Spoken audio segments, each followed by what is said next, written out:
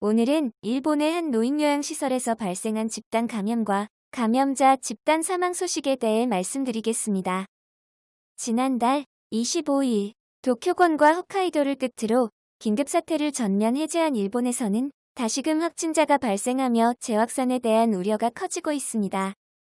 이런 와중에 그동안은 언론에서 철저하게 감추며 다루지 않고 있던 시19 사태의 끔찍한 상황이 주말 일본 미디어를 통해 대대적으로 보도되었습니다.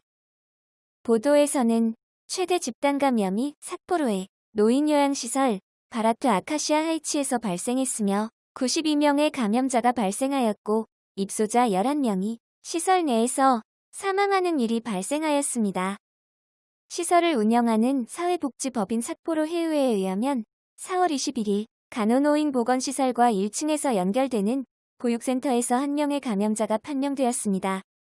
하지만 두 시설 간에는 직원 및 입소자의 왕래가 빈번하지는 않았지만 휴게소와 화장실을 공동으로 이용하기도 하였습니다.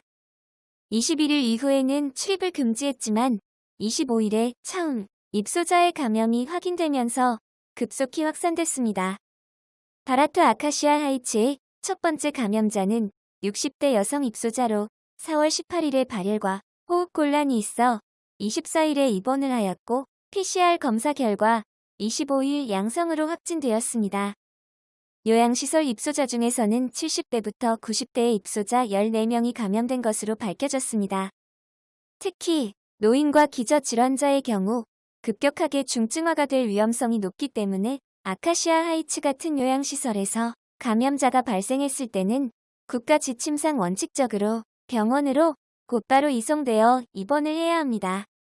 그러나 14명은 즉시 병원으로 이송되지 않았습니다. 삿포로시가 아카시아 하이츠를 운영하는 법인에 보낸 공문을 보면 증상이 없거나 경증인 사람은 시설 내에서 생활하고 상태가 악화됐을 때만 입원이 필요한지를 의사가 판단하고 그 이후에 삿포로시가 입원을 결정하고 있었습니다. 바라트 아카시아 하이츠 노인요양시설은 2층 건물로 2인실 8개와 4인실 21개실을 갖추고 있습니다.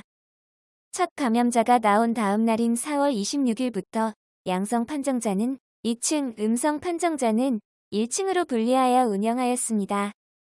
다만 방의 출입구만 커튼으로 칸막이가 되어 있을 뿐 식사는 각 층의 식당에서 함께하였습니다. 1층에 사람이 발병하여 양성으로 확인되면 2층으로 옮겨지는 경우도 있었다고 합니다. 바라트 아카시아 하이츠는 개인실이 없는 형태의 시설이기 때문에 감염자의 격리가 어려웠을지도 모른다라고 보는 관계자도 있었습니다. 입소자뿐만 아니라 간호 및 간병 직원들까지 집단 감염 또는 감염자와의 접촉으로 자택대기 또는 휴직을 하는 직원들이 잇따랐습니다. 집단 감염이 발생하기 전 바라트 아카시아 하이츠에서는 약 70명이 근무하고 있었지만 감염자나 밀접 접촉자가 연달아 발생하면서 시설에 남아있는 직원은 15명으로 매일 야근을 하는 상황이 발생했다고 합니다.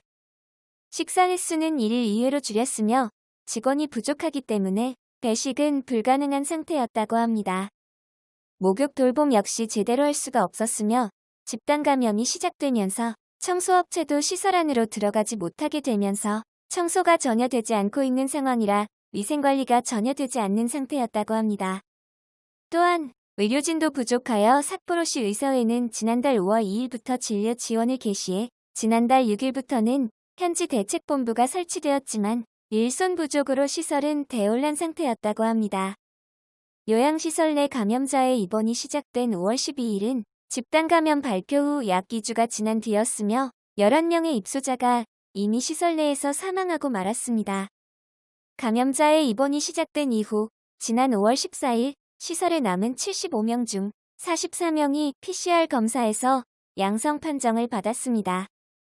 삿포로시 보건소의 미츠아시오 소장은 감염자의 발생 상황을 보면 격리가 제대로 시행되지 않는 것이 아닌가 하는 반성을 한다라고 말하였습니다.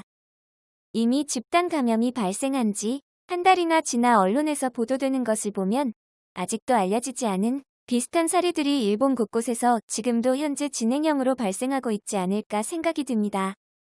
6월 2일 현재 홋카이도는 1099명이 감염되었고 87명이 사망했다고 발표하였습니다.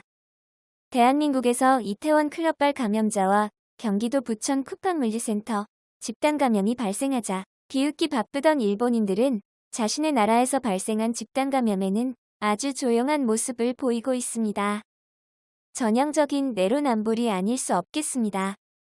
아직도 감염자 검사를 회피하며 진실을 은폐하려는 일본에 오늘 대한민국은 시원하게 일본의 수출 규제 조치에 대한 WTO 분쟁 해결 절차를 재개하기로 발표하였습니다. 힘내라 대한민국. 이상 글로벌 이슈였습니다. 시청해주셔서 감사합니다. 여러분의 구독과 좋아요는 콘텐츠 제작에 큰 힘이 됩니다. 감사합니다.